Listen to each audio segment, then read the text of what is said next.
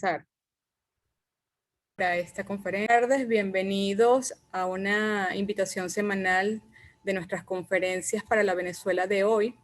Hoy estaremos tocando el tema de modelo de gestión, la electricidad de Caracas, empresa de servicio al público, 1895, julio 2000. Nos acompaña el ingeniero Iñaki Rousset, ingeniero electricista de la Universidad Central de Venezuela. En el año 92 participó en el programa para altos ejecutivos de la Escuela de Negocios de la Universidad de Stanford. Fue parte de la electricidad de Caracas entre 1974 y el año 2000, llegando al cargo de vicepresidente ejecutivo, que desempeñó durante sus últimos 3 años dentro de la compañía. Antes de dar inicio formal y darle la palabra al profesor José María de Viana para también darle la bienvenida a este evento, queremos recordarles lo siguiente. Favor mantener sus micrófonos y videos apagados durante toda la conferencia y al finalizar la misma podrán hacer sus preguntas a través del chat y nosotros con gusto se lo leemos a nuestro invitado. Bienvenidos nuevamente y esperamos que disfruten esta actividad, profesor José María. La verdad que para nosotros es un verdadero placer darle la bienvenida hoy a Iñaki Rus. Iñaki es representante de una gerencia exitosa en la conducción de la electricidad Caracas. Iñaki fue vicepresidente ejecutivo en los últimos años de su carrera profesional dentro de la electricidad. Y la electricidad es inherente a la historia de Caracas. Es una empresa antigua, se funda en 1895, de capital privado, y un capital privado que le da a esa electricidad de Caracas unas características de operación muy especiales. Una empresa en donde miles de caraqueños confiaban sus ahorros porque éramos accionistas de ella, pero además era el buque insignia de la calidad de los servicios en Venezuela. Los niveles de confiabilidad y los niveles de calidad de la electricidad eran superiores en todos los ámbitos territoriales donde trabajaba, lo que quiere decir que no solamente era el Valle de Caracas, sino también los Altos Mirandinos, Guarenas Guatire, el Estado Vargas. Junto con el metro de Caracas eran de verdad dos elementos emblemáticos de la calidad.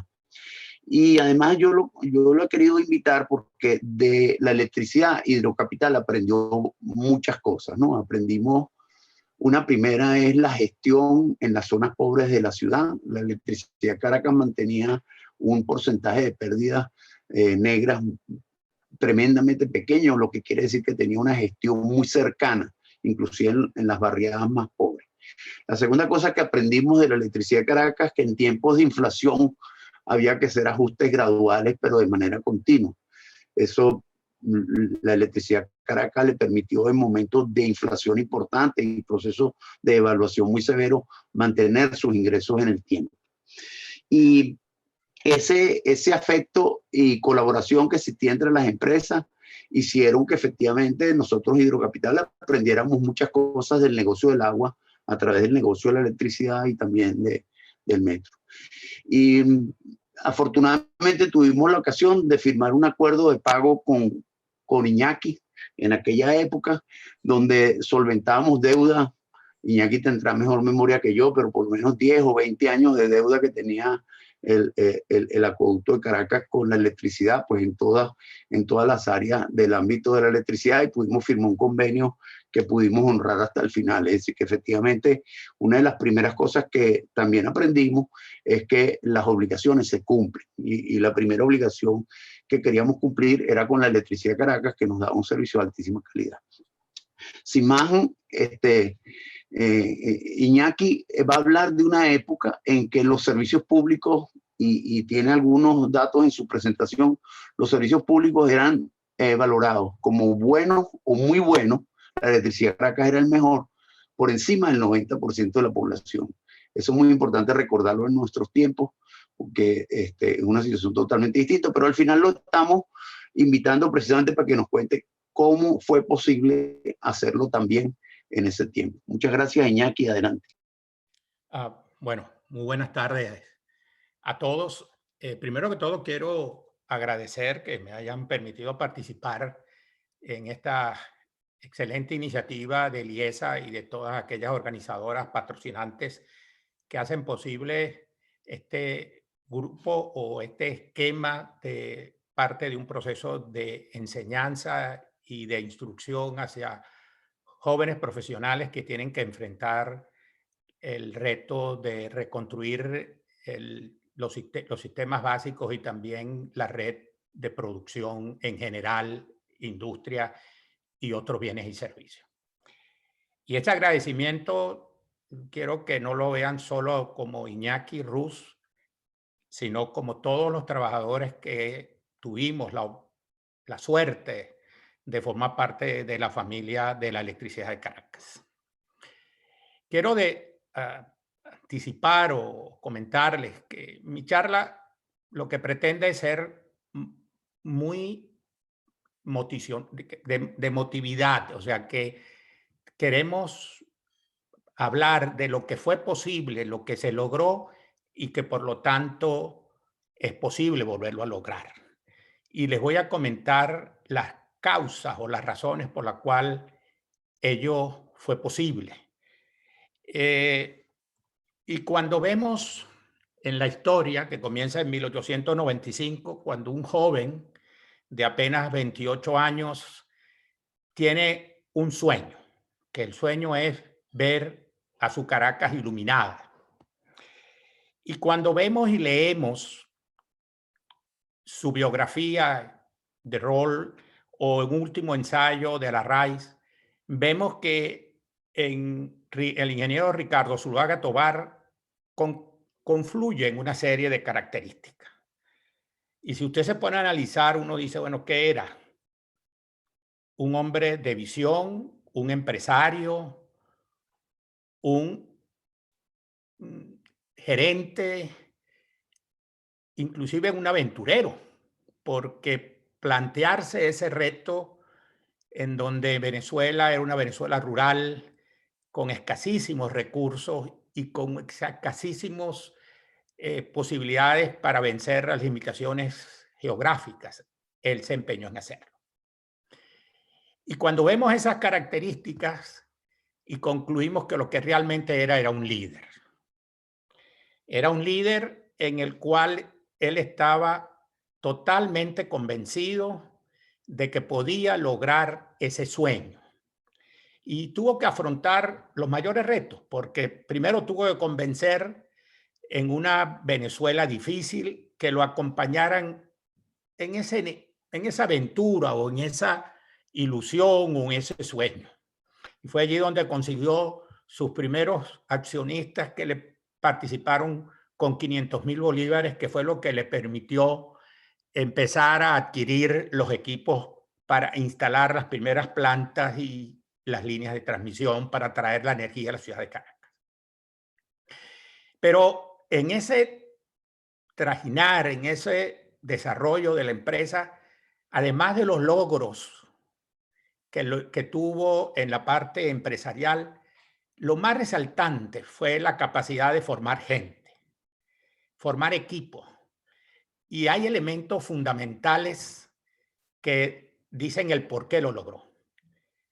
Ya en el año 1917, cuando en Venezuela no existía ni siquiera remotamente una ley del trabajo, el ingeniero Ricardo Zuluaga Tovar hace un documento en el cual establece las reglas, los compromisos y los deberes de la empresa para sus trabajadores. Y cuando uno lee ese documento, les repito, en 1917, habla de algo que hoy en las mejores escuelas de negocios que se llaman principios y valores. Y además describe a los trabajadores como amigos y compañeros de la empresa. Entonces eso dice fundamentalmente que el ingeniero Ricardo Zuluaga Tovar era un visionario, pero además era un líder. Y después, en 1931, convencido de que el elemento que le iba a consolidar la empresa era que todos y cada uno de los que participaran en ese desarrollo sintieran sentido de propiedad o sentido de pertenencia. En 1931 establece el primer plan de acciones para sus trabajadores. Y así con eso también da inicio a un incipiente plan de salud para sus trabajadores, lo cual le preocupaba y era relativamente una urgencia, dadas las epidemias y las enfermedades que tenían que afrontar cuando tenían que atravesar grandes terrenos de zonas muy inhóspitas para llegar a las zonas donde se iban a hacer las instalaciones que generarían y transmitirían la energía a Caracas. Y entonces también hace un primer ensayo de cómo empezar a garantizarle vivienda a los trabajadores. Y también cómo empieza a garantizar la formación dentro de la organización de los profesionales y técnicos que eran los que tenían que llevar la principal razón de ser de la empresa, que es su operación. Entonces, cuando uno analiza todo eso, uno entiende el por qué la electricidad de Caracas nació con esa solidez, en el cual era muy importante para él el tener sus trabajadores en condiciones especiales. Y eso se transmitió por muchos años y le comento que ya cuando empezamos en el año 1995, 96, a una era de modernización en la electricidad de Caracas, eso lo llamábamos la estabilidad emocional. Y entonces ese principio creo que lo manejaba muy bien el ingeniero Ricardo Zuluaga Tovar, que la estabilidad emocional de los trabajadores era aquella en el cual el trabajador cuando llegara a su sitio de trabajo no tuviera otra preocupación que no fuera otra que hacer su trabajo bien. Y estaba así, era posible solamente si él sentía que él y su familia tenían vivienda, tenían garantizado cierto nivel de salud, tenían garantizado un nivel salarial que le permitía darle una excelente calidad de vida a sus familiares. Y consciente de que eso había que mantenerlo en el tiempo, él se ocupó de preparar a alguien que lo iba a suceder cuando por razones de salud tiene que retirarse, y lo sucede Oscar Machado Hernández.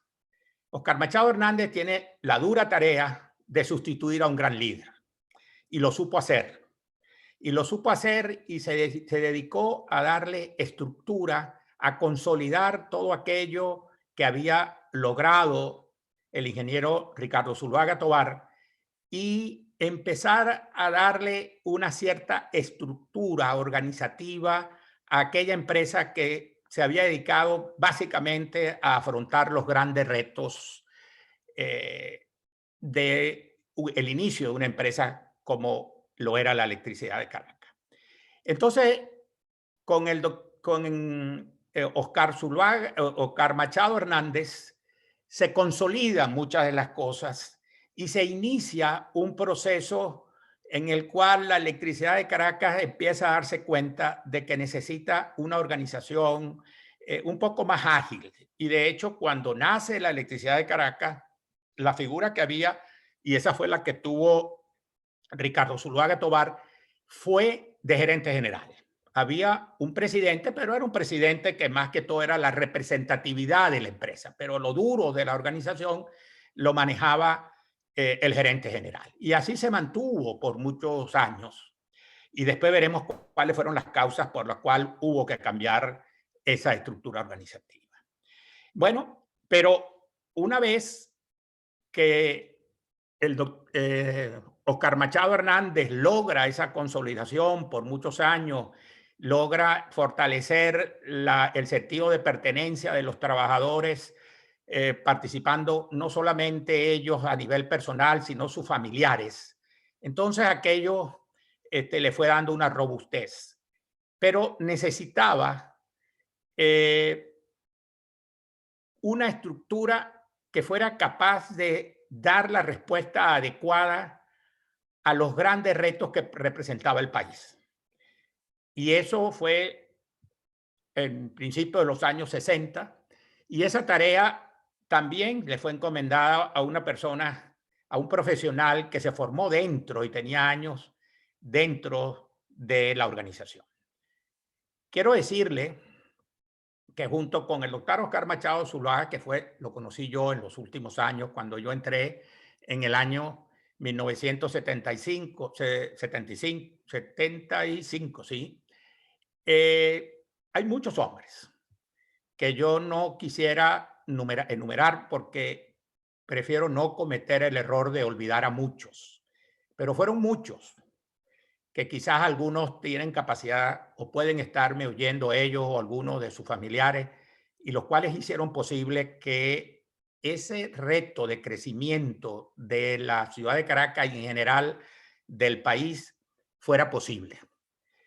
Al doctor Oscar Machado Zuluaga le tocó el reto de afrontar grandes endeudamientos producto de la necesidad de construir grandes instalaciones para poder garantizar el crecimiento de la demanda en Caracas.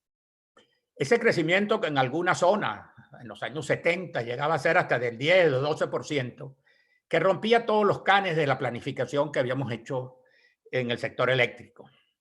Y además había unas nuevas tecnologías y eso exigía ser agresivos a la orden de definir tecnologías y de definir magnitudes de esas inversiones. Cosa que no era fácil, sobre todo cuando íbamos a la junta directiva y teníamos que plantearle ese plan de endeudamiento. Pero allí también estuvieron los accionistas para respaldar esa necesidad de cumplirle a los clientes que siempre le habían sido leales a la electricidad de Caracas. Entonces, entre las grandes inversiones, los procesos de endeudamiento y además uno de los retos más grandes del sector eléctrico venezolano, que fue la integración, la unificación de frecuencia. Y Caracas estaba suplida por equipos que normalmente venían de Europa y por lo tanto eran a 50 ciclos.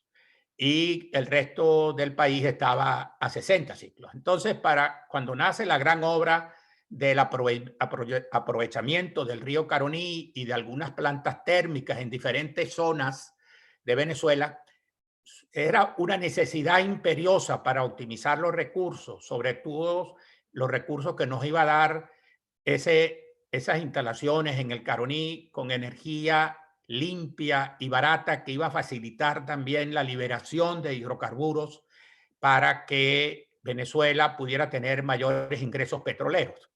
Y eso también llevó a la necesidad de interrelacionarnos más con las empresas del Estado, que también habían cumplido su prometido, porque es bueno reconocer aquí que empresas como Cadafe, con sus grandes redes de transmisión a lo largo de todo el país, fue la gran contribuyente de que a finales de los años 80 ya casi el 97% de los venezolanos tenían acceso confiable de energía eléctrica. Estaba Edelca, que con su gran desarrollo de Macagua y el inicio de Guri, que fue terminado en ese periodo, nos permitía tener un servicio o una energía confiable, limpia y económica. Y eso llevó a grandes decisiones en el caso del doctor Oscar Machado Zuluaga, que fue el diseño de Planta Tacoma. Ese es un diseño que hubo que romper ciertas barreras. El primero fue diseñarla para 3 combustibles. Y esa decisión fue una decisión que tuvimos, o él tuvo que convencer a la Junta, porque implicaba unos costos, pero era una excelente oportunidad de prestarle a Venezuela la posibilidad de optimizar el uso de los combustibles. Y esas plantas se diseñaron para que pudiera ser alimentada por 3 combustibles diferentes, en donde el combustible diferente era el más limpio, que era el gas, y era el que permitía sustituir combustibles líquidos, que eran los que estaban siendo mayormente demandados en el mercado internacional. Y bueno, hay otras cosas que quizás podemos recordar del doctor Oscar Machado Zuluaga, pero aquí sí quiero decir que gracias a su capacidad de gestión y a las contrapartes que estaban en el sector eléctrico público, cuando hablo de CADAFE, cuando hablo de Edelca, cuando hablo de Enelven, cuando hablo de Enelvar y de las privadas como Electricidad de Valencia y otras pequeñas, fue posible que eso se llevara a cabo con un gran beneficio por el país. Y eso solo fue posible por la voluntad de los hombres, de las personas. Y se suscribió el contrato de interconexión. Y el contrato de interconexión, que inicialmente era CADAFE, Electricidad de Caracas y Edelca, que lo administraba la Oficina de Planificación del Sistema y Operaciones del Sistema Interconectado, era un convenio entre profesionales que sentían un gran respeto por el país, en donde todos, evidentemente, peleábamos por cada una de nuestras empresas, pero al final del día teníamos claro que el objetivo era Venezuela. Por razones de salud, el doctor Oscar Machado Zuluaga plantea su retiro de la electricidad de Caracas. Es bueno comentarle que en un determinado momento del ejercicio del doctor Oscar Machado Zuluaga cambia la estructura de la empresa y aparece la figura del presidente ejecutivo y se queda la figura del gerente general. Y era básicamente porque el presidente tenía que ocuparse de las muchas actividades que había en la parte externa de la organización. Y eso le podía quitar capacidad de gestión en la parte interna. Y eso ocurrió así. Y posteriormente, cuando él, por razones de salud, le comunica a la empresa su deseo de retirarse, él encuentra también en la figura de otro líder que fue el doctor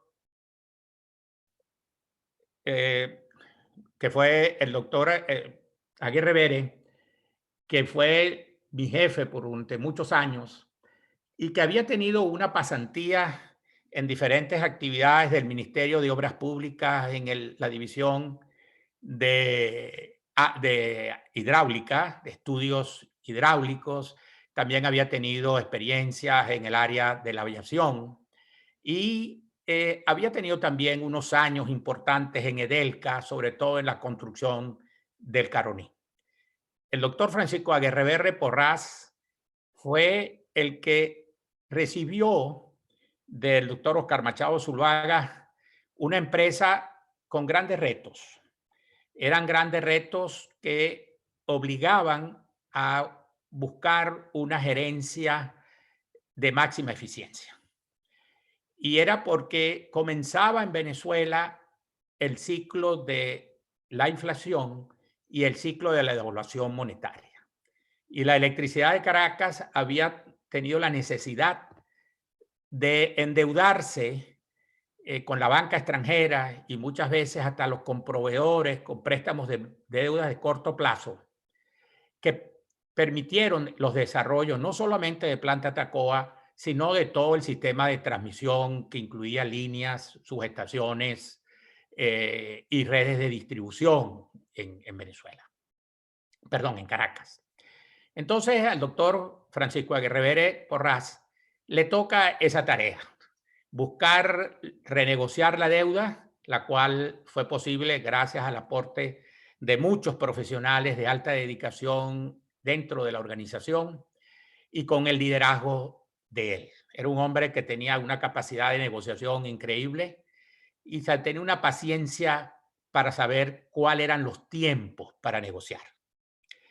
Bueno, dentro del desarrollo o la ejecución de otro líder que fue él, pasaron diferentes procesos de consolidación de los logros de beneficios para los trabajadores. También se ocupó mucho del esquema de profesionalización, de ver cómo los profesionales de la electricidad de Caracas tenían caminos dentro para su desarrollo. Empezó Allí empezó la cultura de seguimiento y control desde el punto de vista más sistemático, cosa que siempre existió. Inclusive cuando uno ve algunos documentos del ingeniero eh, Zuluaga, Zuluaga Tovar, uno ve que él era muy riguroso, y también el doctor Oscar Machado Hernández y el doctor Oscar Machado Zuluaga. Pero las tecnologías y las ofertas de las empresas de gerencia y las universidades empezaban en la época del doctor Francisco Aguirre Porras a ofrecer una serie de instrumentos. Y también con él nace la digitalización de la electricidad de Caracas.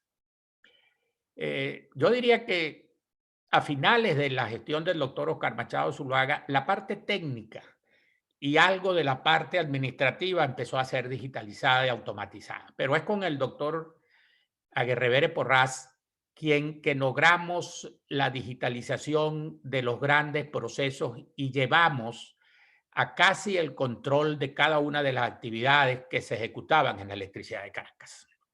Allí surgen programas como el de calidad total y después se finaliza con un programa que se llamaba Empresas de Alto Desempeño.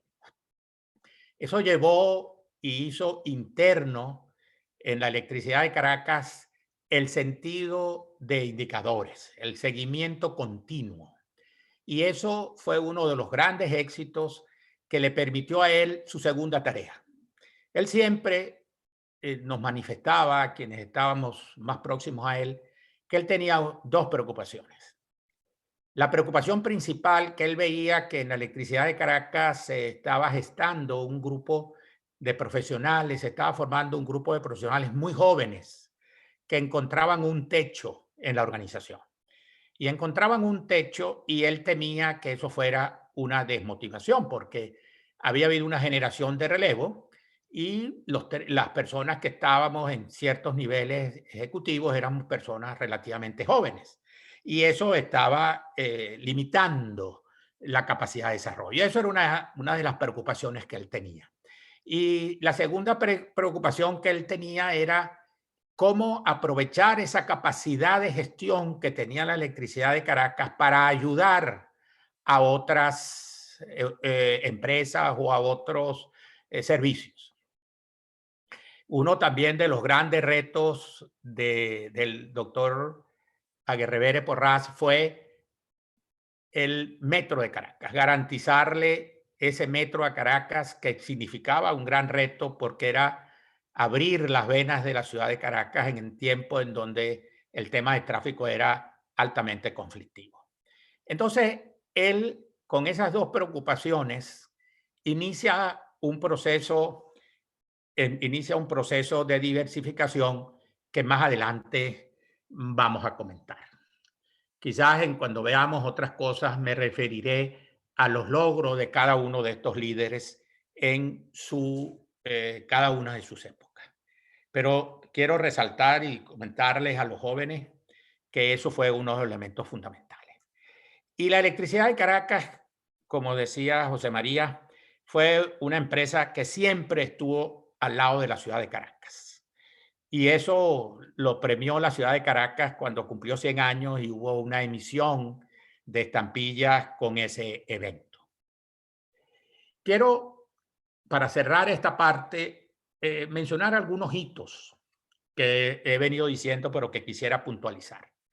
Como saben, se creó la electricidad de Caracas en 1895 con un capital de 500.000 accionistas. En 1917, que no lo puse yo aquí, se creó el primer documento de relación entre trabajadores y empresa. En 1931 fue el primer plan de acciones para trabajadores de la electricidad. En 1947 se democratiza más el capital entrando a bolsa de valores.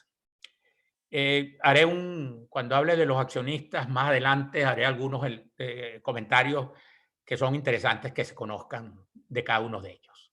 Y en 1958 empieza a buscar mecanismos para poder financiar los grandes retos de ampliaciones para cumplir esas demandas que estaba exigiendo la ciudad de Caracas. Después hay una capital, inversión de capital, papeles comerciales, y en 1998, para afrontar ese plan de diversificación e internacionalización que lideró el doctor Francisco Aguirre Porras, exigió o recomendó nuestra inscripción a través de ADRs en la Bolsa de Nueva York. Una característica fundamental de la electricidad de Caracas: siempre tuvo confianza en los venezolanos a través del mercado de capital. Sin temor a equivocarme, temor a no equivocarme, fue la única empresa que durante toda su vida nunca llegó a ser ni tener participación ni auxilio por parte del Estado alguno. Ahora, ¿por qué la electricidad de Caracas, bajo el liderazgo de quienes ya les he mencionado, hizo posible su visión? Y allí lo más importante, reconocer quiénes lo hicieron posible. Bueno, evidentemente el horizonte o la visión de la organización en cada uno de quienes la integraban eran los clientes y el país. Los trabajadores sentían de por sí una obligación con los clientes y les dolía cuando algún cliente emitía algún comentario negativo sobre la calidad del servicio. Y el horizonte era que la electricidad de Caracas no vendía energía. Lo que vendía era calidad de vida, que se reflejaba en salud, educación, bienestar y seguridad de sus clientes, y en soporte para la industria para garantizar el desarrollo del país. Y ahí quienes soportaban fundamentalmente en la forma interna estaban los accionistas, que tenían confianza en la empresa y en los trabajadores, y se fue ampliando hasta que fue creciendo, y más o menos cuando finaliza la época de ser una empresa venezolana, gerenciada por venezolanos, en el julio del año 2000, eran como 66.400 accionistas, de los cuales el grupo mayor, el que mayor capacidad o participación accionaria tenía, era el 14%, y algo que quizás es una anécdota o una realidad urbana que se comentaba es que en el año 2000 el grupo fundador de la electricidad de Caracas solo poseía 4% de las acciones. Y eso era una leyenda urbana, el hecho de, como lo oí yo mucho en mi caso, cuando yo o mis hermanos o yo dejábamos alguna luz encendida, mi mamá nos recriminaba y nos decía que ella no era Zuluaga y que teníamos que apagar la luz. Bueno, esa no era la realidad. La realidad es que la electricidad de Caracas se convirtió quizás en la empresa con capital más democrático, que permitió la participación de empresas, organizaciones, cualquier tipo de institución, pero también personas naturales, y muy especialmente los trabajadores y sus familiares, que en el cierre del año, en julio del año 2000, representaban casi el 11% de los accionistas. Pues estaban los trabajadores y los contratistas, que eran los que tenían la tarea de garantizarle a los accionistas la correcta operación y los resultados satisfactorios a los accionistas. Es bueno decirle también el tema, y lo veremos más adelante, que siempre la electricidad de Caracas, a pesar de las dificultades económicas, siempre tuvo en mente su obligación, así como con los trabajadores, con los accionistas. Y pongo allí trabajadores y contratistas porque en la electricidad una de las características que también hacían exitosa su gestión es que los contratistas eran parte de la empresa. Y veremos después, podemos comentar de que había indicadores de cómo le garantizábamos nosotros a los contratistas el pago oportuno, y también les comentaré algunas cosas que evidentemente dentro de la organización había que vencer para que le cumpliéramos a los contratistas. Y así como queríamos que los trabajadores tuvieran estabilidad emocional, también queríamos que los contratistas tuvieran esa estabilidad emocional sabiendo que su esfuerzo iba a ser pagado correctamente y oportunamente. Y bueno, allí a los trabajadores, bueno, ya se los comenté, teníamos esa estabilidad gracias a los planes de salud, vivienda y mejoramiento profesional. Pero sería un poco mezquino no reconocer de que el gran aliado para los logros de la electricidad de Caracas estuvieron en quienes manejaban el sistema interconectado. En todos y cada uno de los funcionarios que les tocó gestionar el sistema eléctrico interconectado, jugaron un papel importante. Jugaron un papel importante porque a través del contrato de interconexión fuimos capaces de garantizar ese servicio a más del 97% con unos niveles de calidad de estándar internacional de países desarrollados, y la estadística que yo conocí por muchos años era muy superior a casi todas las empresas, por no decir todas las empresas al sur del Río Grande. Y también era verdad los reguladores. Los reguladores jugaron momentos difíciles, pero también jugaron y participaron en el éxito del sector eléctrico venezolano. Es bueno mencionar en esta parte de reguladores que no solamente eran reguladores vistos como en reguladores del sector eléctrico, sino también de la parte laboral y de la parte fiscal. La electricidad de Caracas, en sus casi 105 años de capital venezolano, gerenciada por venezolanos, nunca tuvo un expediente de trabajo, nunca tuvo, y cuando digo expediente de trabajo, es un conflicto laboral que pudiera llegar a la paralización de actividades. Evidentemente, ustedes tienen que entender de que en momentos difíciles, cuando se estaba negociando algún contrato colectivo, pues evidentemente cada parte trataba de ver cómo presionaba a la otra para que se diera. Pero una de las cosas que fue la fortaleza de la electricidad de Caracas y de quienes tenían la responsabilidad de su gestión era que nunca le fallábamos a los trabajadores para que no tuvieran argumento más allá que su justa aspiración de tener cada día un sueldo mayor. Y tampoco tuvimos un expediente de tipo fiscal. O sea, la electricidad siempre fue muy responsable del pago de sus obligaciones. Resumiendo,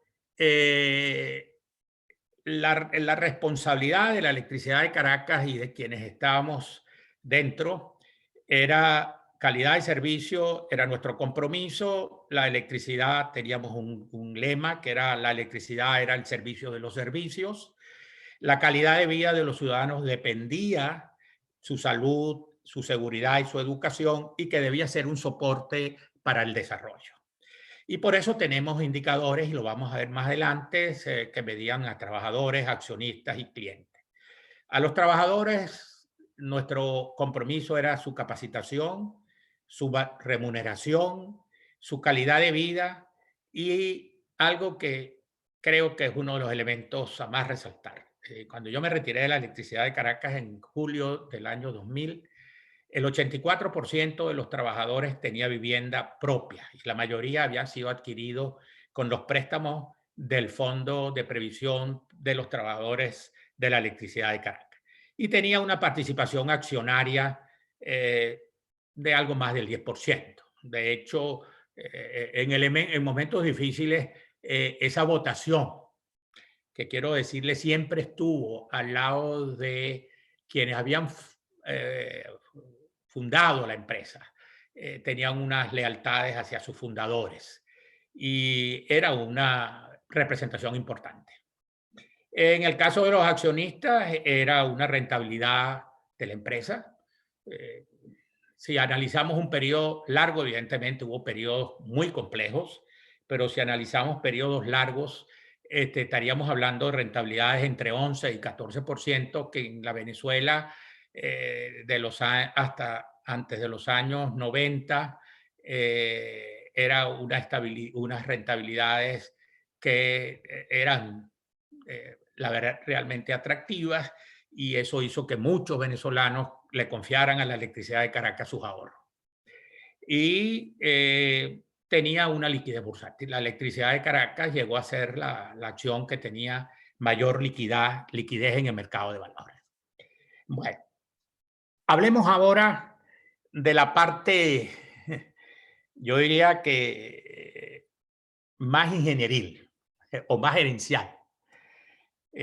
Más allá de los posibles reconocimientos y convicciones de los elementos de valor y de principios que hacía posible que fuera una gestión exitosa. Y era su recurso humano. Yo sé que en la palabra recurso humano hoy en día nos dicen que mejor es decir el valor humano, pero para mí la gente. Y era la antigüedad de la gente. Y en la electricidad vemos allí, me disculpan que esta lámina no me di cuenta, esta fue de una conferencia que di hace un cierto tiempo y está en inglés, pero bueno, ustedes entenderán. Más o menos los gerentes, los niveles gerenciales tenían una antigüedad de 17 años, los supervisores de 15 años, los profesionales de 9 y los técnicos de 13, los administrativos de 10 y los otros del orden de 10 años también.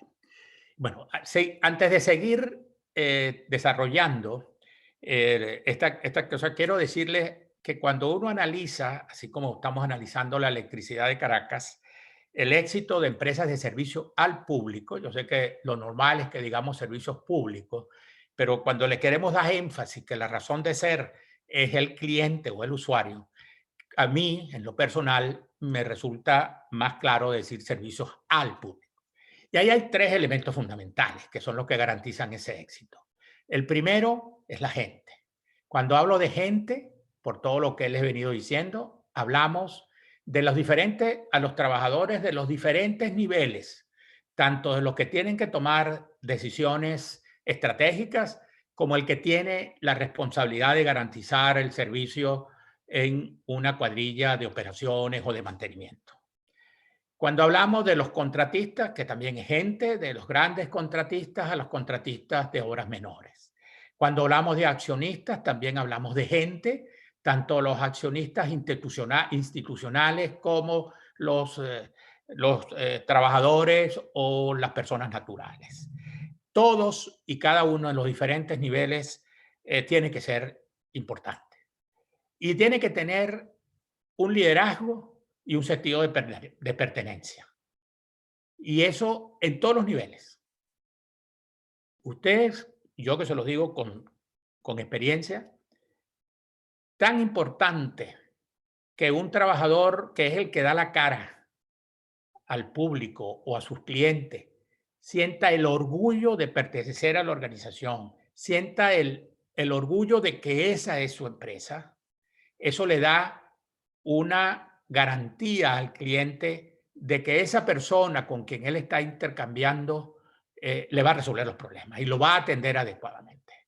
Y eso es lo que se llama en gerencia la teoría de la pirámide invertida, es decir, poco, o del triángulo invertido, es decir, poco le importa a un cliente que está siendo afectado quiénes están en la junta directiva. Lo que le interesa es quién es el coordinador o quién es el jefe de cuadrilla que va a venir a repararle la falla para resolverle ese reclamo. Y el otro gran pilar es la gestión. Entonces, en la gestión es importante tener en cuenta que la gestión tiene que ser de todos y cada uno de los centros importantes de la cadena de valor, es decir, desde los aspectos fundamentales que es la gestión humana, como de los aspectos técnicos a través de la cadena de valor, generación, transmisión, distribución, comercialización y servicios al cliente, como algo muy importante, la gestión de los clientes visto en la figura de la comunicación a través de quienes generan opinión, que es necesario que interpreten y conozcan la complejidad del servicio. Entonces, en eso la electricidad de Caracas siempre fue muy responsable ellos estaban convencidos que su obligación como elemento individual o su compromiso como elemento individual era hacia cada uno de los clientes, pero era responsabilidad hacia el país o hacia las otras formas de organización el darle el apoyo y el darle cabida a sus opiniones. Y ya al final hablaremos de la parte comunicacional, que para mí es fundamental, sobre todo en estas épocas de recuperación. Yo creo que la tarea fundamental que tienen quienes tengan esa responsabilidad, más allá de los recursos financieros. Yo he tenido la oportunidad de participar en algunas relaciones con organizaciones internacionales para el financiamiento, lo cual me preocupa cada vez más por la realidad de hoy, donde prácticamente todos los países están necesitando recursos financieros.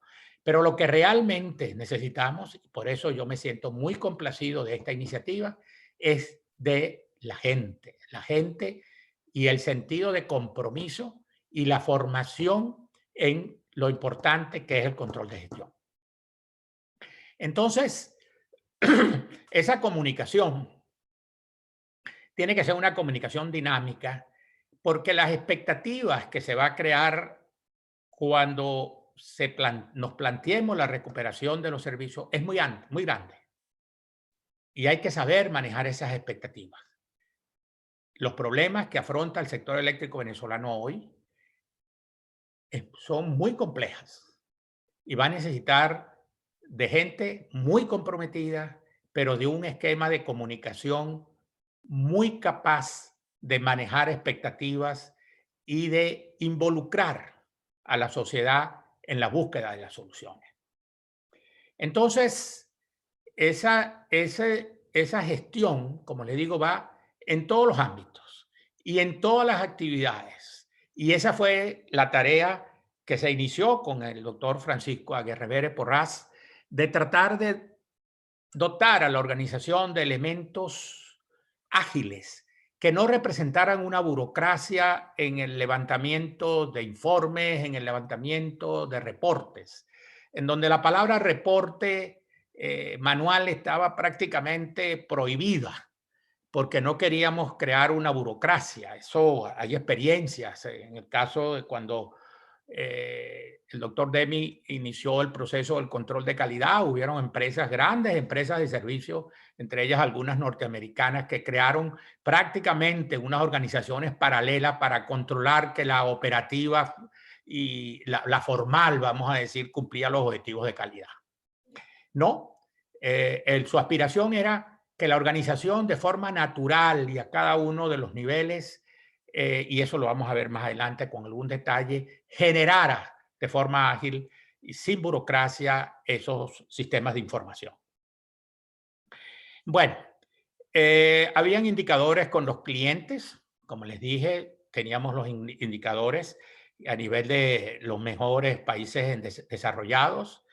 Teníamos unos clientes que eran muy exigentes en la calidad, sobre todo el tema del alumbrado público era una de nuestras dolores de cabeza, pero eran muy cumplidores en sus obligaciones. Nosotros llegábamos a tener un 98% de cobranza y el robo de energía era del orden del 2%. Y aquí también hay otra leyenda urbana que tuvimos que afrontar. El caraqueño siempre decía, es que el problema es que las tarifas son altas porque los barrios se roban la energía.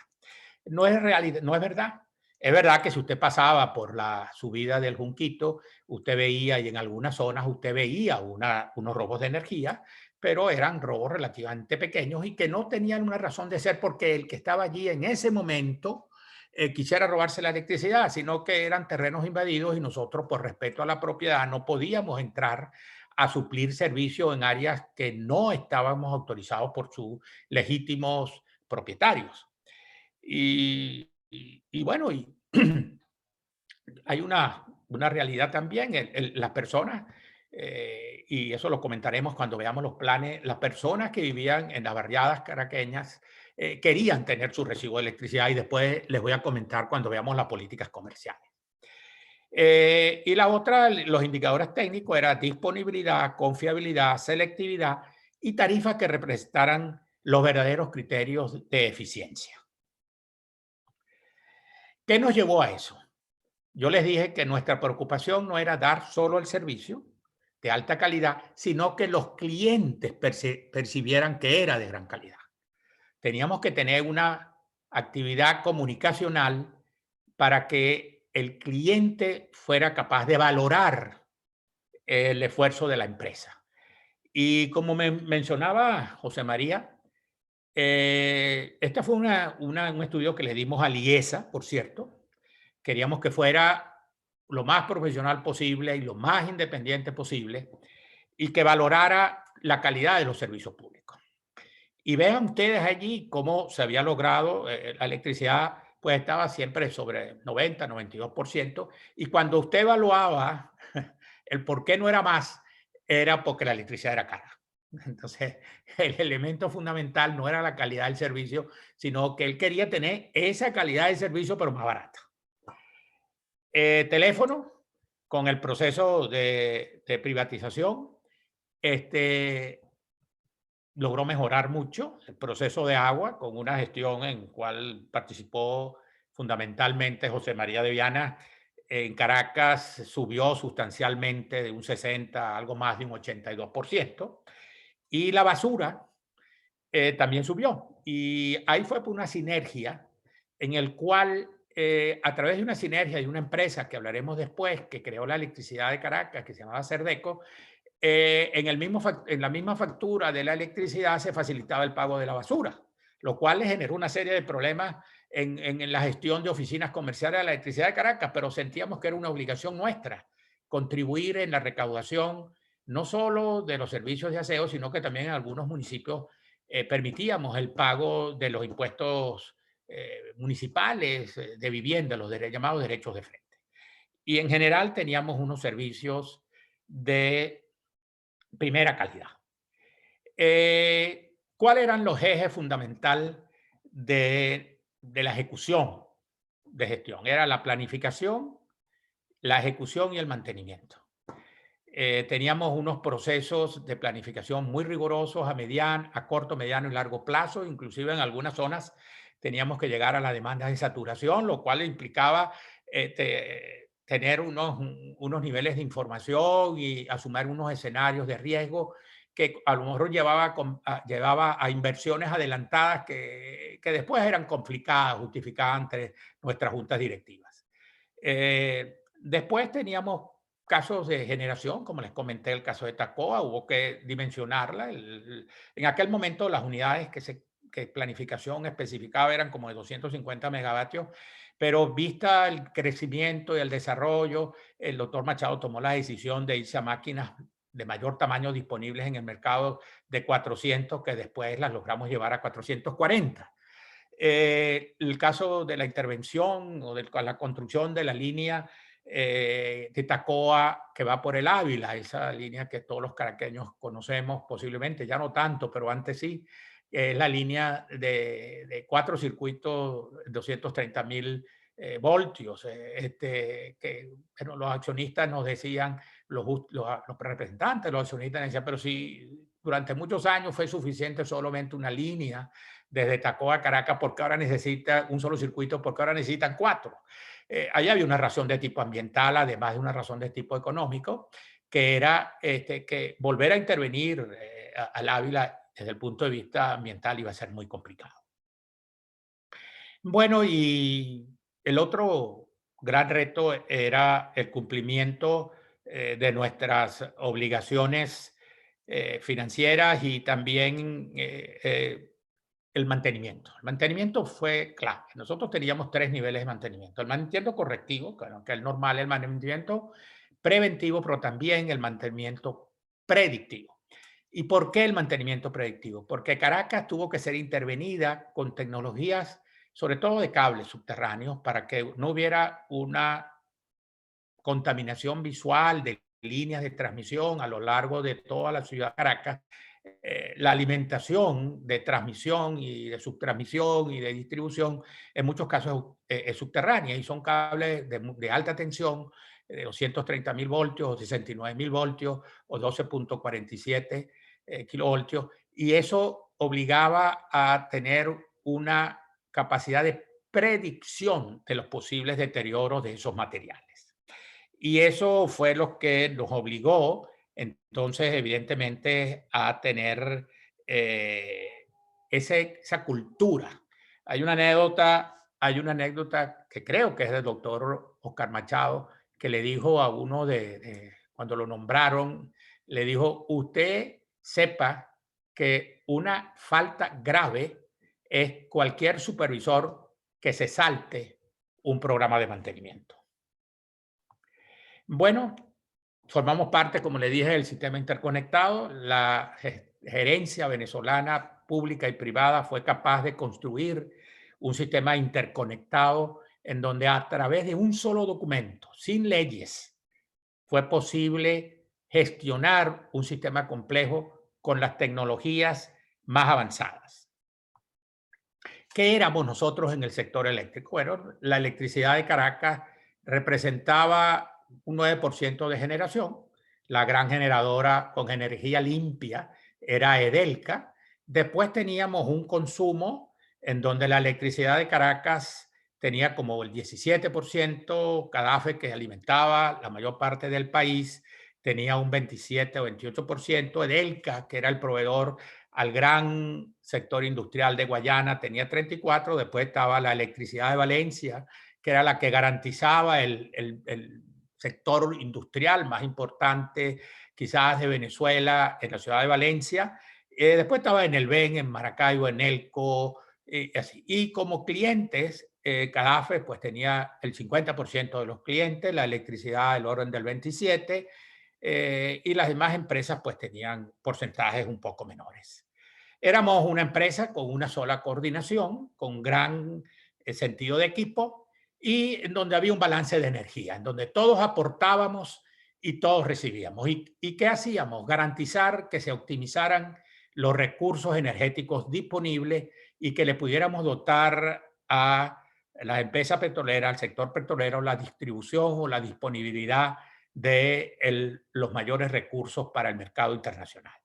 Y todos estábamos comprometidos a ese reto. Todas las empresas, sobre todo aquí les muestro el plan de expansión que había en 1999-2013, que era para garantizar que pudiéramos mantener esos niveles y en donde una de las empresas tenía sus obligaciones. No había ninguna improvisación, o sea, no había bombillos ahorradores, no había la mal llamada generación distribuida, eran proyectos sólidos que habíamos profesionalmente, con todos esos profesionales del sector público y del sector privado, habíamos armonizado. Y aquí veíamos las capacidades de inversión. Entonces era un presupuesto 98-91, lamentablemente no se cumplió, y en donde, por ejemplo, nosotros como Electricidad de Caracas teníamos la obligación, porque teníamos la construcción de una planta del sitio en los valles del Tuy, de características similares a la planta Oscar Machado Zuluaga, que está en el kilómetro 10 de la carretera panamericana. Teníamos una inversión del orden de 1.122. Evidentemente, la gran inversionista era Edelca y posteriormente Cadafe. Pero todos, en el BEN, en el VAR, Electricidad de Valencia, todos teníamos una responsabilidad de inversión. Como línea general, la electricidad de Caracas tenía unas inversiones en año ordinario de unos 500 millones de dólares. Y aquí está, voy a tratar de ir un poco más rápido, que era el gran reto que afrontó el Grupo de la Electricidad de Caracas con aquellas dos preocupaciones que yo les mencioné del doctor Francisco Aguirre Vélez Porras, que era la diversificación de los ingresos financieros, dada la complejidad que tenía el sector financiero venezolano a partir del año 83. Teníamos que diversificar las monedas que eran nuestros recursos, y eso fue la internacionalización. Fuimos a Colombia, fuimos al Ecuador, y ya hablaré de algunas de esas empresas, Y entonces se hizo una reorganización. Había un grupo EDC en el cual había una que era la Electricidad de Caracas, que tenía la responsabilidad de las empresas de servicios de electricidad en Venezuela, y teníamos la corporación EDC, que te manejaba las inversiones de electricidad fuera de Venezuela. Como les dije, estuvimos en Colombia, en varias ciudades colombianas, en Cali, Medellín y Cartagena. También estuvimos en San Salvador. Y en hidrocarburos tuvimos algunas experiencias con empresas de servicio. En agua hicimos algunos intentos de invertir. En telecomunicaciones participamos y ganamos en la privatización de CanTV, y en el área de manufactura, tratando de buscar sinergia con lo que necesitaba en sí la electricidad de Caracas. Entonces tuvimos sinergia, hicimos asociaciones estratégicas como empresas como Westinghouse, en donde teníamos una empresa que era la que aportaba mantenimiento a las plantas térmicas, teníamos una planta de recuperación de transformadores, teníamos una planta de ensamblaje de medidores en Venezuela. Y bueno, ¿y cómo se organizó ese gobierno? Bueno, tenía que organizarse de que fuera eficiente, no fuera un elemento burocrático. Y habían 3 elementos de gobierno. Había un comité corporativo y había un comité operativo, que tenía a su lado un comité de integración, que era la que velaba porque esos 2 comités buscaran la maximización de las operaciones y de los resultados de su gestión. Y en el caso del comité operativo había el de la EDC, que era, como saben ustedes, lo que era Venezuela, la corporación EDC, y había una organización que era finanzas, sistemas, materiales, almacenes, compras, que eran unidades que estaban como servicios corporativos. Y en el caso especial de la electricidad, no se asusten, porque pareciera que esto iba a ser una suerte de que no había tiempo para trabajar, sino para reunirse.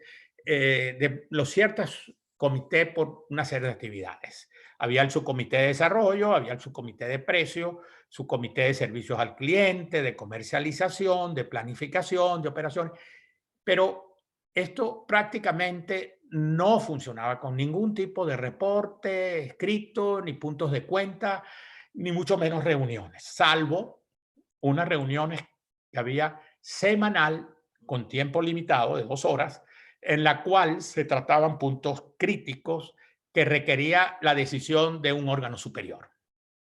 Todo eso se manejaba con los boletines de indicadores. Esos boletines de indicadores se pudieron obtener gracias a que hubo una estrategia básica de seguimiento y control. Había un panel de indicadores con unos indicadores banderas de cada proceso crítico, y en donde una de las reglas fundamentales es que todo el personal debería estar asociado a un indicador. Toda actividad dentro del proceso debía ser medida. Si no era medible, era porque estaba fuera de control. Los indicadores deben ser diseñados por quienes ejecutan la actividad para que se sientan cómodos y lo mejoren. La medición se hacía a través de sistemas que garantizaban su transparencia y la menor intervención de quienes ejecutaban la actividad. Y así fue cuando vino la época de la digitalización de la electricidad de Caracas. Se modernizaron los sistemas SCADA de transmisión y distribución. Se generó el sistema SGD, que manejaba toda la gestión de planificación, de diseño y de construcción de distribución. Se adquirió el sistema SGC, que manejaba todo lo que era el aspecto comercial, tarifas y atención al cliente. Se adquirió el sistema SAP de personal, el sistema SAP de control de almacenes e inventario, y los sistemas contables de costos y reportes financieros. Y seguro que había otro más que yo no lo recuerdo. Bueno, esta es una lámina de lo que era la electricidad de Caracas en el año 1999, prácticamente cuando dejó de ser empresa privada venezolana. Y ven allí que teníamos a pesar de todo, teníamos más capacidad instalada que la demanda de energía, pero eso no era suficiente, pero no lo que un buen operador quiere, que es que en caso de emergencia haya capacidad de respuesta.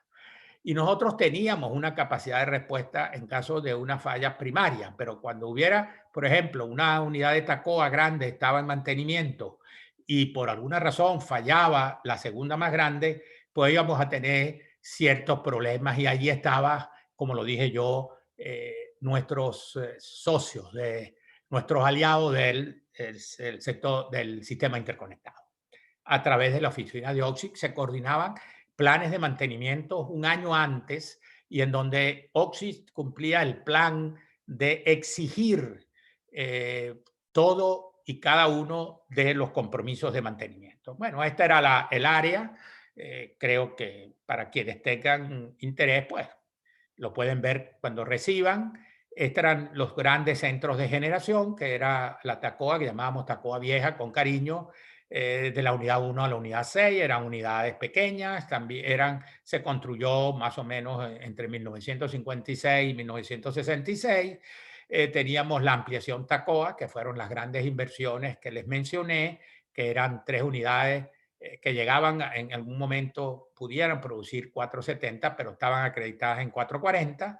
Estaba la planta Oscar Machado Zuluaga, que era turbinas de combustión y turbinas de arrecife, que eran mucho más viejas, que eran mucho más pequeñas. Se me olvidó mencionar en el proceso de diversificación nuestra participación cuando hablé en el sector petrolero, es que construimos una planta, un contrato de suministro con el complejo de Cardón, Amay Cardón, que era una planta, un productor independiente de energía que teníamos la responsabilidad de todo el servicio. Bueno, dándole seguimiento a esto, voy a mencionar algunos de los indicadores. Por ejemplo, un indicador muy relevante que tenía el área de generación era el factor de disponibilidad y nuestro objetivo y cuáles eran metas. Teníamos cómo controlar la rata de salida forzada, teníamos cómo controlar los costos de operación, teníamos que ver cómo controlábamos los costos totales de generación, porque eso iba a ser una de los mayores aportes que iba a estar en la constitución de las tarifas. Disculpen. Y todo ello lo comparábamos siempre con las mejores prácticas. Siempre teníamos referencia con las mejores prácticas. En transmisión también llevábamos un control de los costos, llevábamos un control severo de las pérdidas, eso obligaba a unos mantenimientos preventivos de puntos calientes o de redistribución de la red para garantizar la mejor operación del sistema. Y llegamos al indicador estrella, que era al final, al cliente, lo que le importaba era cuál era la calidad del servicio. Entonces teníamos un indicador que era el seguimiento en tiempo real, que era el tiempo total anual de interrupción del cliente. Entonces vean cómo nuestra meta era, ven aquí que era del orden, era de 315 minutos, era más o menos lo que un cliente veía interrumpido su servicio en una ventana de 12 meses. Y bueno, y ese era el objetivo que teníamos nosotros de garantizar eso. También había otra cosa que no es solamente que no te quiten la electricidad, sino que cuánto tiempo atendíamos esos reclamos. Y nuestra meta era pues básicamente unos 100 minutos, o sea, que no llegara a 2 horas máximo la atención de un reclamo de distribución. A veces no, habían interrupciones muy cortas, porque era simplemente entraba y salía una subestación, pero cuando había una avería importante, un daño de un cable o un daño en un transformador de distribución, tratábamos de buscarle alternativas de suministro para que no se vieran afectados. Había otro, y esto también se me pasó en inglés, era la incorporación de nuevos clientes. O sea, estábamos convencidos de que el cliente que venía a solicitarnos un servicio necesitaba que lo incorporáramos rápidamente y también teníamos medido ese tiempo. La otra es la eficiencia de lectura, lo que le mencioné hace un tiempo. Y José María lo mencionaba, que nosotros teníamos estrategias para las barriadas. Nosotros normalmente estábamos entre el 98 y el 99% de medidores leídos. Pero también había una respuesta, que era lo satisfactorio para quienes teníamos la responsabilidad, que era que el cliente cumplía. Y teníamos una recaudación del orden del 98% de la facturación. Recuérdense que solamente había un 2% de robo y que las pérdidas técnicas, no se las mencioné, pero entre generación, transmisión y distribución eran como el 8%, y la vamos a ver un poco más adelante. Había el sector oficial, que ahí estaban los ministerios, estaba el gobierno central, estaba el Metro de Caracas, estaba Hidrocapital. Y bueno, tenía altibajos, y eso iba dependiendo de cómo era la disponibilidad presupuestaria, cumplimiento de los compromisos de la Tesorería Nacional con esas organizaciones para el pago. Pero cuando consolidábamos, el peso fundamental lo llevaban los clientes particulares e industriales. Entonces, al final terminábamos con una recaudación del orden del 97-98%. Y teníamos una antigüedad de deuda realmente baja. Estamos hablando de que teníamos más o menos un mes que era el mes que dábamos para entre fecha de emisión de factura y fecha de vencimiento. O sea, el porcentaje era muy bajo de quienes realmente dejaban de pagar antes de la fecha de vencimiento. Pero también teníamos otro compromiso, que era el tiempo, la atención de reclamos de comerciales. O sea, alguien que sentía que su servicio o su factura no reflejaba la realidad, nosotros también teníamos medido cuáles eran los tiempos en que damos respuesta en las oficinas comerciales. Y eso sí obligó una reestructuración total en la visión que tenía la electricidad de Caracas de las oficinas comerciales. Y eso se hizo posible gracias al sistema de gestión comercial que facilitaba esa gestión. Y otro elemento importante, empezamos a creer en los clientes. O sea, aquella regla pague y después averiguamos, no existía. La mejor política que tuvimos fue, y nos lo permitía el sistema, pague lo que usted cree que es justo y averiguamos y después decidimos. Y eso se reflejó en una gran gestión en las oficinas comerciales. La electricidad de Caracas le daba la mayor capacidad de gestión de los clientes en sus oficinas en la relación comercial. Empezamos a tener en nuestras páginas web, pero creamos también puntos de pago en diferentes organizaciones, especialmente teníamos en las estaciones de metro, teníamos en supermercados, teníamos en hipermercados, en muchas zonas, en centros comerciales, y eso nos dio una gran flexibilidad y el cliente le resultaba muy fácil. Creamos y modernizamos el centro de atención al cliente, donde antes solamente era un centro que recibía llamadas por falta de servicio. No, aquí se podían resolver prácticamente todo lo que se podía resolver en una oficina, se podía resolver en el centro de atención plena. Pero me voy a referir a un producto y que creo que es importante, que es este último, que se llama cupón de cliente puntual. Me tocó a mí, eso lo voy a decir como una anécdota, en un momento en que Finanza le estaba exigiendo a Comercial que tenía que mejorar el flujo de caja porque tenía compromiso de corto plazo. Pues evidentemente la gente de Comercial y sobre todo la gente de cobro planteó un plan, que era vamos a hacer un plan de descuento y para aquellos clientes morosos que pudiéramos calcular. Y yo me acuerdo que fue una decisión espontánea, no fue muy pensada. Yo le dije, no, yo no tengo ningún conveniente, pero dígame qué le va a dar a los clientes que pagan puntualmente. Bueno, evidentemente los desarmé. Entonces, elaboramos un plan. Y el plan era que todo aquel cliente que durante el año hubiera pagado antes de su fecha de vencimiento recibía este cupón de cliente puntual. Y ese cliente, ese cupón tenía un número que lo hacía partícipe de una rifa de 2 vehículos a final de año, en diciembre, pero también era una solvencia de servicio, que era muy necesaria y sobre todo para las personas de las zonas populares, porque eso era una solvencia que podían usar en las tiendas de venta a crédito.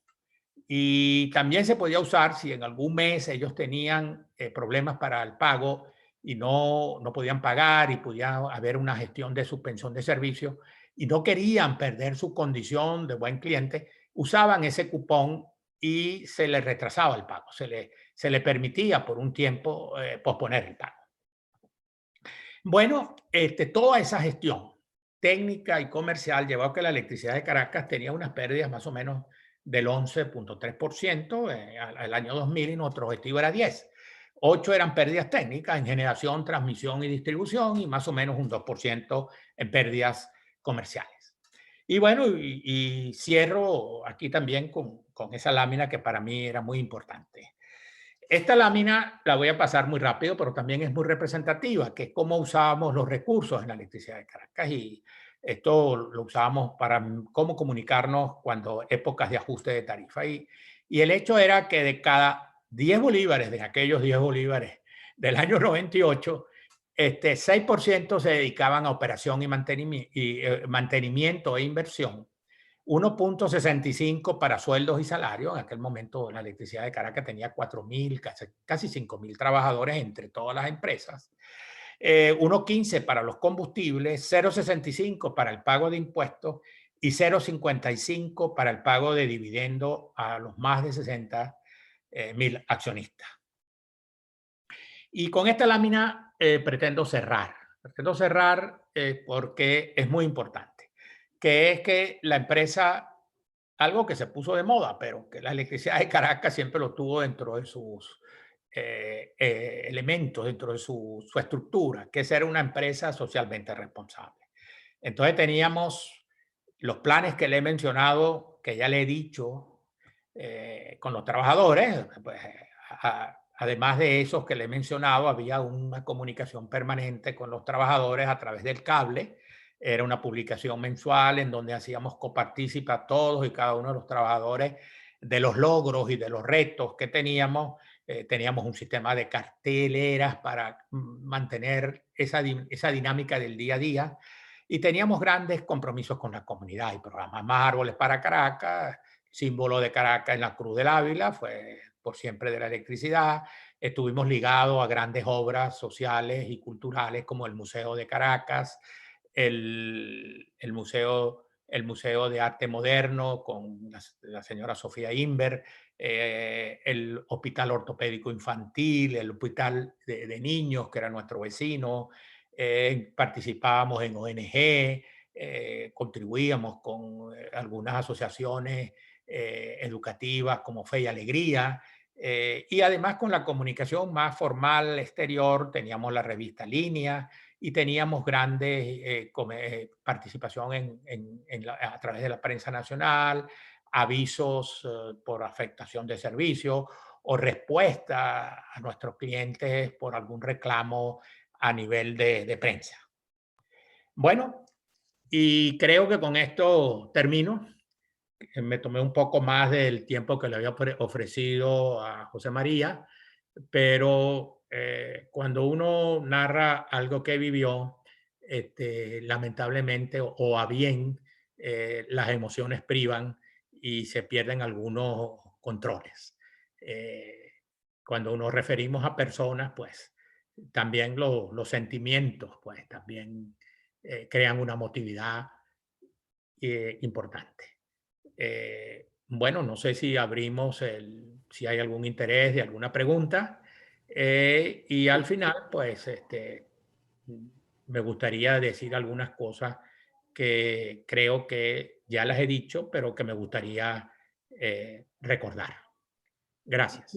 Muchas gracias, ingeniero, por tan valiosa información. Vamos a comenzar las preguntas que estamos leyendo a través del chat. Se va a manejar a través del chat las preguntas. Justo durante su intervención tuvimos algunas. Blas Herrera, ¿cómo fue el proceso de endeudamiento? Bueno, el proceso de endeudamiento fue apostar al país. Sabíamos que teníamos una obligación.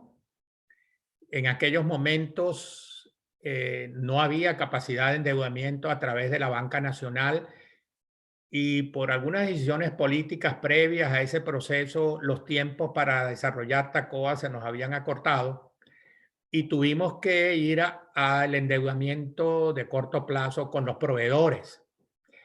Pero en ese proceso, a los pocos años, vino el proceso de evaluación, en el año 1983, y eso nos duplicaba en algunos casos desde el punto de vista de la moneda que era nuestro ingreso, que era el bolívar, los compromisos a pagar.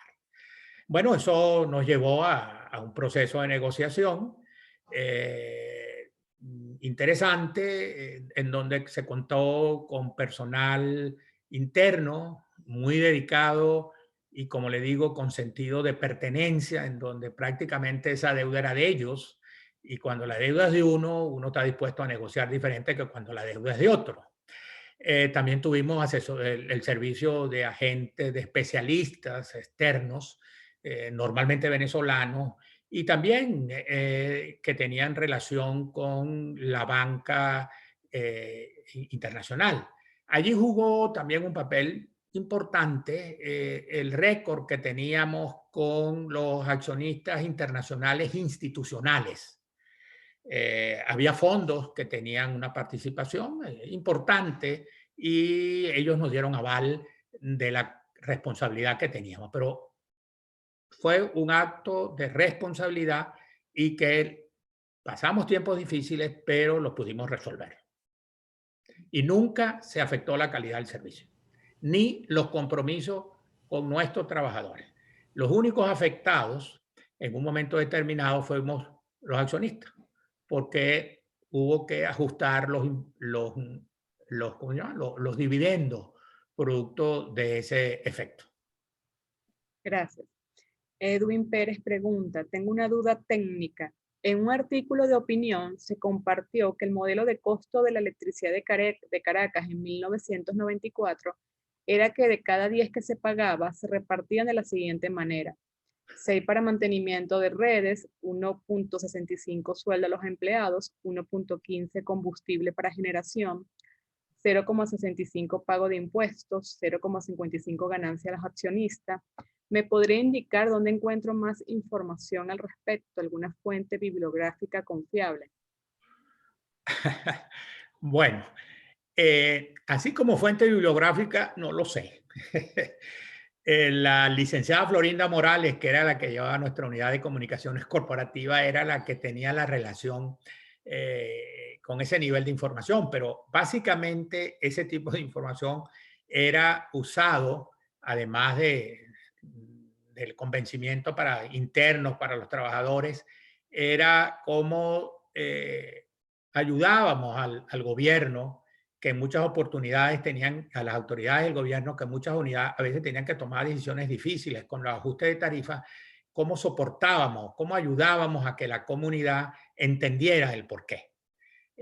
Pero puede ser que haya algunas diferencias entre algún reporte u otro, pero lo importante de resaltar allí era que la mayor cantidad de recursos era para inversiones y mantenimiento y que la segunda prioridad eran nuestros trabajadores. Y con relación a los impuestos, quiero decirles que sobre todo los municipios eran los inversionistas más beneficiados, por decirlo así. Los impuestos municipales asociados a lo que teníamos que pagar por tener vamos a llamar, licencia de prestar el servicio, era entre el 6 y el 7% de los ingresos brutos. Es decir, antes de cualquier cargo de gasto o de intereses o de cualquier otro. En cambio, los accionistas, como les comenté, que en alguna época podían tener un beneficio como del 11% sobre el valor de sus acciones, pero en términos generales eso estaba sobre los ingresos netos. Es decir, que había, en términos de flujo, era una diferencia importante.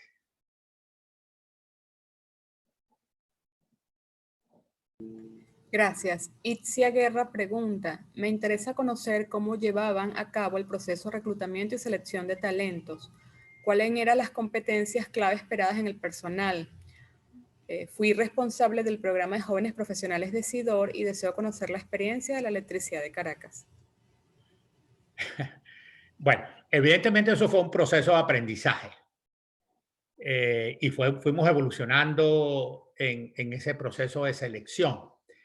Pero yo diría que uno de los elementos importantes era la capacidad que tenía quien pretendía o aspiraba a entrar a la electricidad de Caracas a tener voluntad de formar equipo. O sea, lo que queríamos era personas que se integraran y sintieran lo antes posible que formaban parte de un equipo y que tenían que compartir sus experiencias y tenían que estar dispuestos también a compartir sus habilidades. Yo diría que evidentemente había una evaluación de tipo académica, que no necesariamente era la más rigurosa, o sea, no éramos muy dados a exigir porque creíamos que teníamos capacidad de formación interna, o sea que cualquier persona que aspirara a nivel profesional o a nivel de otros niveles de la institución, sabíamos que teníamos capacidad en la organización de darle las herramientas que necesitábamos que tuviera para su correcto desempeño. Era muy importante también que entendiera de que era un servidor público, o sea, tenía que tener voluntad de servidor público, tenía que sentirse orgulloso de lo que de lo que iba a formar parte. Yo creo que eran básicamente eso. Posiblemente me esté olvidando de algunas cosas, pero por lo menos en mi caso, cuando me tocaba elegir entre varios candidatos, era ese básicamente los elementos que me guiaban. Sí. Itzia Guerra vuelve a preguntar, ¿en qué consistían los beneficios en salud? ¿Cuál era el beneficio de educación de los hijos de los trabajadores? ¿Total, parcialmente? En salud, bueno, teníamos primero en todo centro de servicio teníamos unos consultorios en cual se podía atender las emergencias, pero adicionalmente hacíamos los exámenes anuales antes y después un examen de chequeo al regreso de vacaciones. Pero teníamos una póliza de amplia cobertura en donde prácticamente el 100% de los eventos médicos estaban cubiertos y tenían derecho a formar parte de esa póliza los hijos, perdón, la esposa o esposo, los hijos y los padres. No recuerdo, sé que la cobertura de esa póliza para los trabajadores y su familia era 100%. No recuerdo si para el caso de los padres era 100%. Y eso que yo tuve a mi madre siempre asegurada, pero no me acuerdo. Lo que sí les puedo decir es que la negociación, quienes llevaban esa negociación de esa póliza eran bastante capaces y el valor era realmente posible para los trabajadores. Gracias. Tenemos un comentario, Pablo Arriaga. Yo creo que ese sentido de pertenencia hace falta, actualmente en el país, en todos los sectores. Edward Arevalo presentó un problema de conexión con la luz. Esperamos que se haya podido conectar nuevamente. Javier, primera pregunta. Ingeniero Iñaki, me parece muy útil el término que usa de democratizar el capital. ¿Qué opina de usar como herramienta en la recuperación del sistema de servicios la opción extender ese modelo a los usuarios? Bueno, eso es creo que me está robando la idea. Esa es una de las propuestas que yo he hecho dentro de quienes me han querido oír. yo creo que la manera de recuperar no solo el sector eléctrico venezolano, sino el sector de agua, que es un poquito quizás un poco más complejo, pero creo que sí es posible. Y José María tuvo experiencias, pero experiencias que fueron, creo que José María compartirá conmigo, que tanto en Cadafe como en Hidrocapital, o en el INO, o en no sé cómo se llamaba en ese momento, con tantos cambios se me olvida, pero no fueron suficientemente fuertes o decisivas, sino que eran más o menos una cosa. Yo creo que hay dos cosas que hay que hacer en el sector eléctrico venezolano. La primera que hay que hacer es que lo importante es cómo recuperar el servicio. Lejos de estar desarrollando leyes, y sé que estoy en contra de lo que piensan otros sectores, creo que la recuperación debe estar con la mayor capacidad de las manos libres, para que quienes conocen la empresa dentro de lo riguroso de las auditorías y la fiscalización de los fondos no tengan ataduras de tipo burocrático.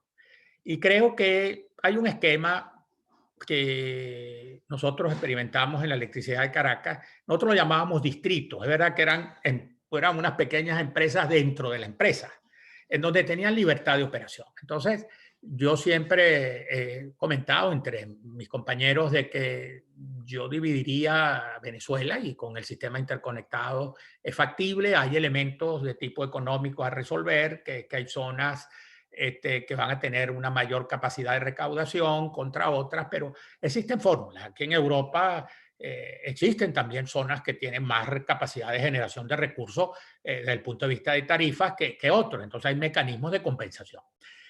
Lo importante entonces allí es plantearse una distribución geográfica, empezar con unos contratos de servicio y empezar a motivar el ahorro regional.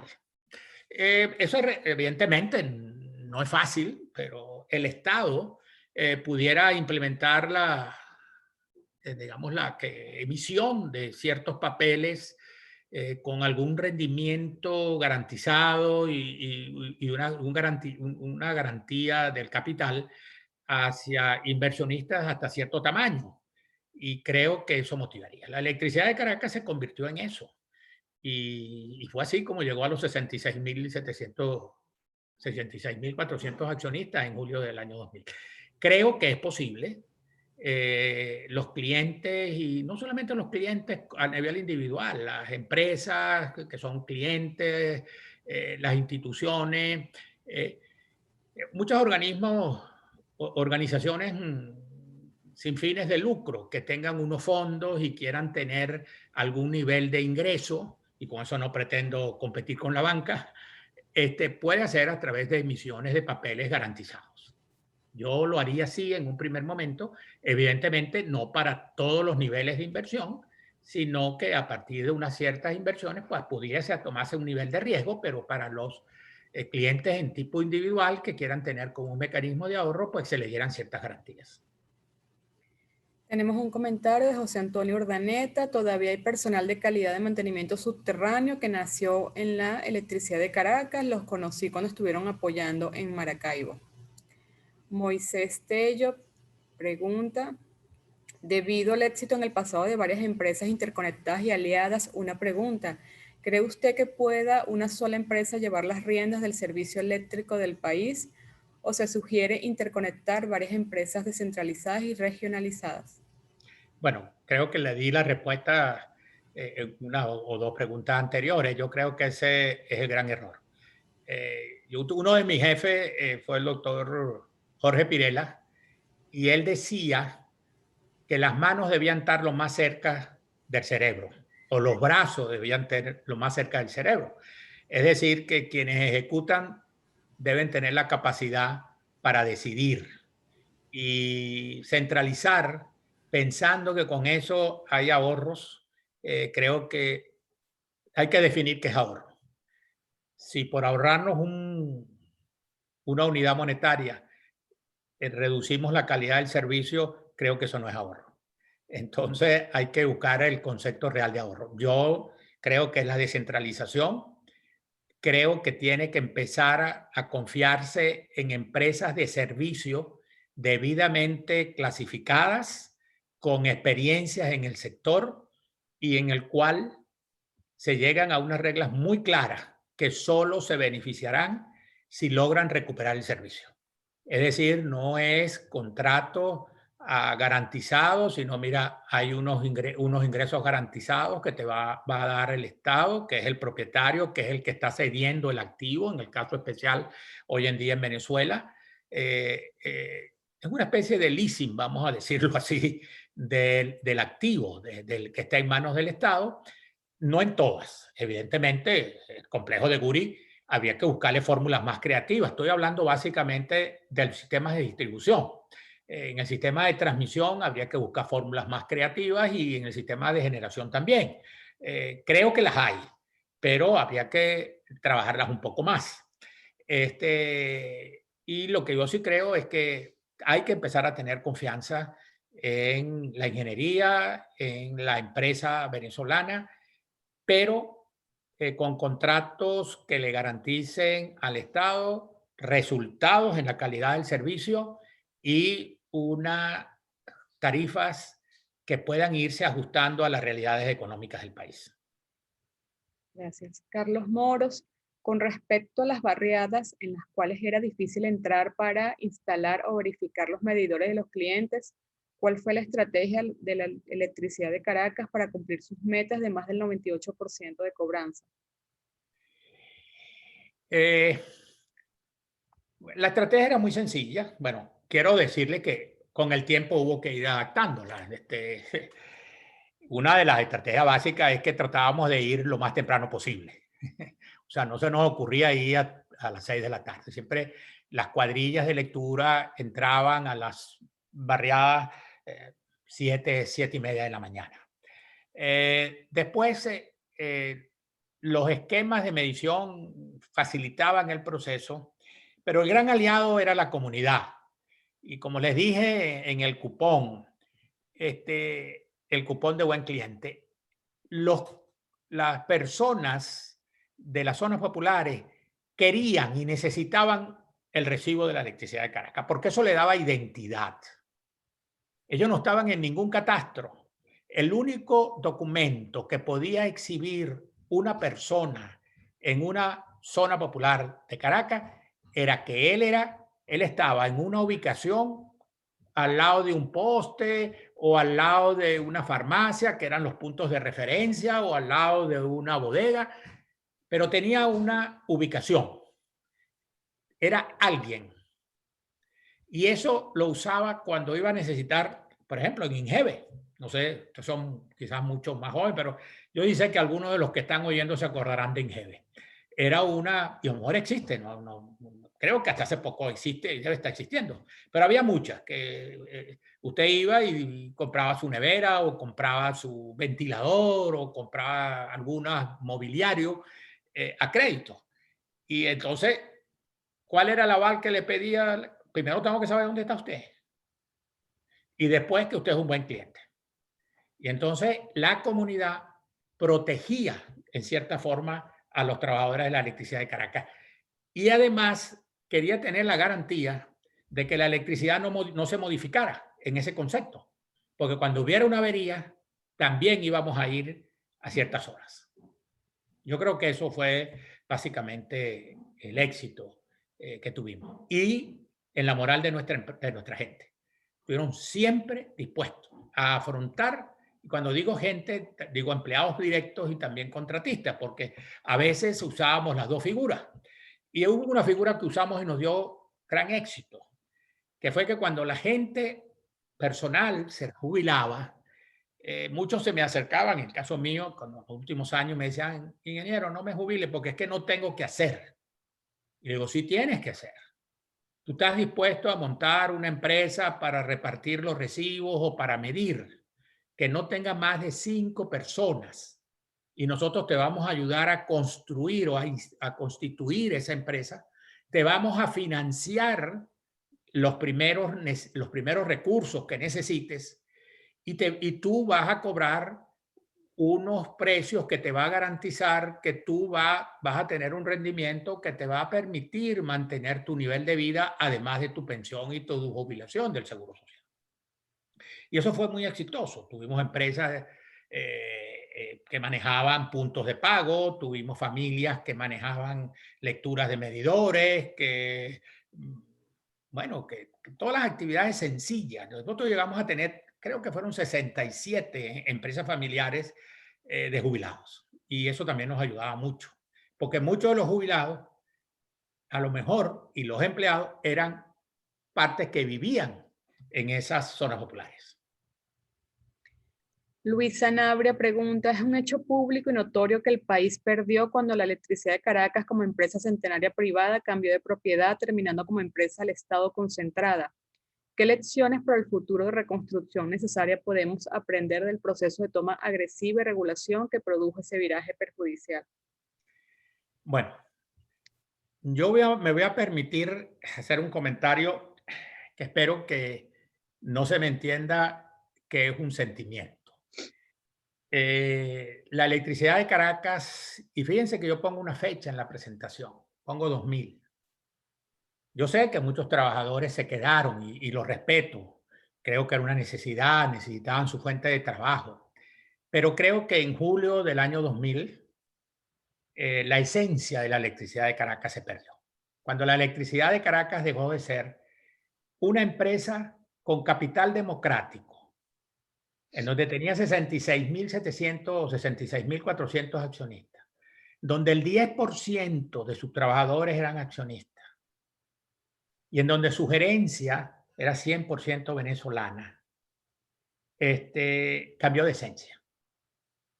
Y yo creo que ahí comenzó, a pesar de los esfuerzos de quienes se quedaron en la Electricidad de Caracas, empezó el deterioro de la Electricidad de Caracas.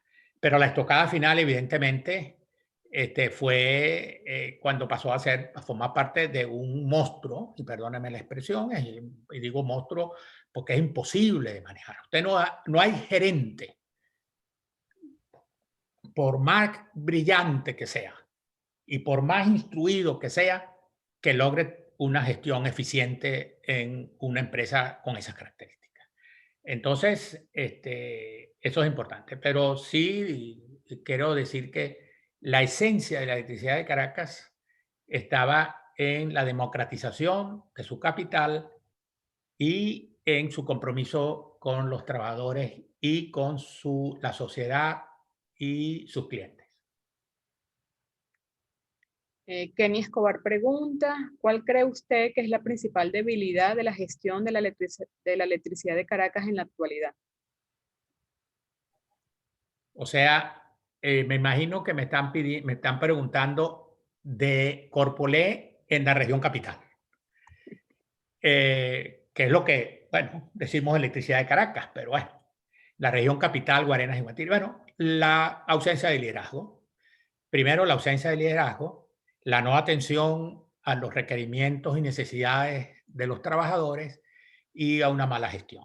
Y esa mala gestión pasa por la ausencia total de mantenimiento y por las inversiones sin ninguna base formal. Es decir, en estos años no se ha invertido en el sector eléctrico venezolano, sino se ha gastado en el sector eléctrico. Y esa diferencia es bien importante, porque cuando se invierte en algo es porque se espera lograr un beneficio y un retorno. Cuando se gasta, eso es a fondo perdido. Sí. Muchos están escribiendo por el chat, dando gracias por esta conferencia y felicitándolo. Tenemos de Yerimar Vázquez, ¿qué significó la creación de la Ley Orgánica del Sistema Eléctrico en Venezuela? Impacto y beneficios. Bueno, a mí me tocó participar en dos. Y voy a decir una anécdota del doctor Ricardo Zuluaga, hijo, que dijo una vez en una reunión, si quienes estuvimos en el sector eléctrico por más de 100 años tuvimos una gestión ejemplar sin ley, ¿para qué vamos a hacer una ley? Yo creo que cuando hay buena voluntad entre quienes están en el lado de los reguladores y ejercen sus funciones. Y quienes están en las empresas del Estado y quienes están en las empresas privadas, se necesita solamente son reglamentos de comportamientos que deben garantizarse. Cuando se va al tema de ley y se empieza a tratar de atar todas y cada una de las actividades, a involucrar organizaciones que no aportan ningún beneficio, a tratar de que sea una media distribución de poder político, eso amarra y hace inviable una gestión eficiente. Roviro Lobo pregunta, ¿qué opina de la incorporación de energías sostenibles, específicamente los parques eólicos en Venezuela? Bueno, ese es otro tema que también tengo yo que saber administrar mis sentimientos. Yo en este momento estoy participando en un grupo ad hoc en España, en donde estamos planteando lo que llamamos una transición energética razonada.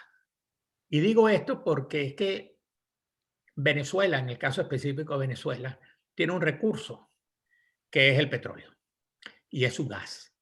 Y tiene un excelente sistema interconectado, con excelentes instalaciones.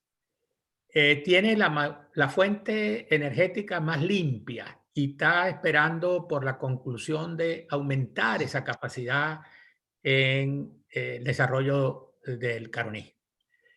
Entonces, yo creo que las energías nuevas, que se llaman limpias, evidentemente tienen que empezar a tomar un papel preponderante.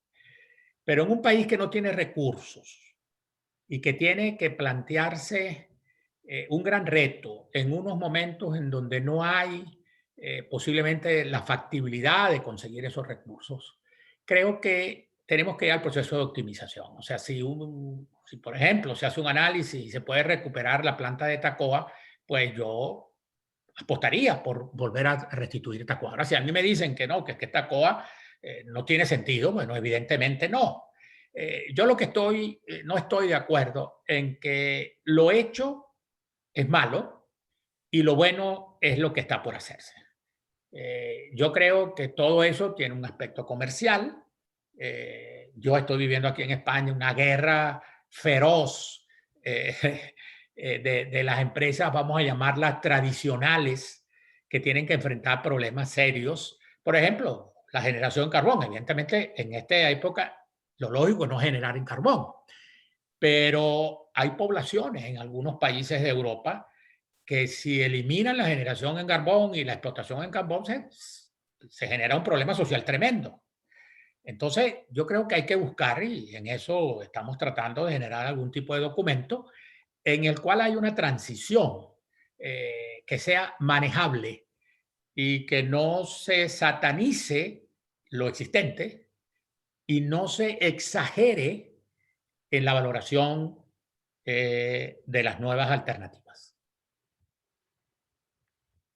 Un tema importante, perdón, que quiero mencionar es que esa transición también tiene unos temas, tiene un costo para el cliente, que es que como muchos de esos en muchos países no son sustentables, vienen cargadas con unos impuestos indirectos en la factura eléctrica.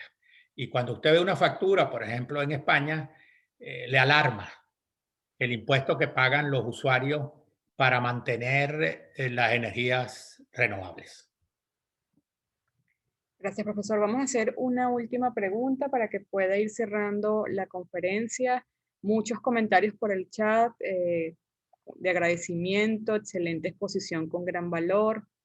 Gracias por compartir esa gran experiencia. Carla Roa, muy agradecida por tan interesante conferencia el día de hoy, ya que toca el tema de petróleo y gas natural. ¿Qué piensa la generación de hidrógeno gris y azul para la siguiente transición energética? Bueno, No soy tan especialista, me ha tocado aprender por esta oportunidad que me ha dado este grupo ad hoc en España. Yo creo que sí, yo creo que tenemos que ir hacia mayores eficiencias y con un menor daño ecológico. Eso es de anteojitos, como decimos en Venezuela. El tema es cómo hacemos la transición, cómo no nos dejamos llevar por el aspecto meramente financiero o económico o meramente ecologista. Yo creo que hay que buscar un balance entre salvar primero la parte de la salud humana, pero también tenemos que garantizar que los países puedan garantizar los servicios y las empresas puedan garantizar los servicios. Entonces, es un balance. Y yo creo que las nuevas tecnologías, yo no conozco en detalle esa, pero he oído de una serie de ventajas y bueno, yo creo que siempre debe haber la vanguardia. Yo creo que lo que sería recomendable en Venezuela es que a través de alguna organización, ¿no?, o parte del sector eléctrico, bueno, hay un grupo. Nosotros lo teníamos en la electricidad de Caracas, que lo liderizaba otro de mis jefes, el doctor Michael Yeroff, que él tenía un grupo en el donde todos podíamos opinar de cosas que leíamos en las revistas, porque es que en las revistas hay ideas maravillosas. El problema es cuando usted va al campo. Ahí es donde está el verdadero reto. Cuando usted dice, yo voy a hacer esto y dónde están los recursos y cómo lo voy a mantener y cómo lo voy a operar. Entonces, bueno, en las revistas había de todo. Entonces teníamos un grupo que era como de tratar de que los jóvenes, sobre todo los más jóvenes, no dijeran que la electricidad de Caracas estaba cerradas en ver nuevas alternativas. Y después eso, las mejores, lo llevábamos a una cosa que hacíamos nosotros cuando en Venezuela empezó la crisis y ya no había las conferencias de distribución, de transmisión, de generación. Entonces tuvimos que nosotros generarnos igual que Delca y unos seminarios internos en donde los mejores trabajos eran premiados con becas en el exterior. Bueno, y participaban en esos proyectos. Entonces, lo que hay es que mantener ese estudio y creo que hay gente en la organización que les encanta estar metidos en eso y creo que eso sería muy beneficioso. Dos comentarios de cierre para que el profesor pueda hacer también ya su cierre formal. Rafael Ayala, muchísimas gracias al ingeniero Iñaki por la presentación y también al ingeniero Deviana por este ciclo de charlas. Leonardo Quintero, mejor dicho, imposible.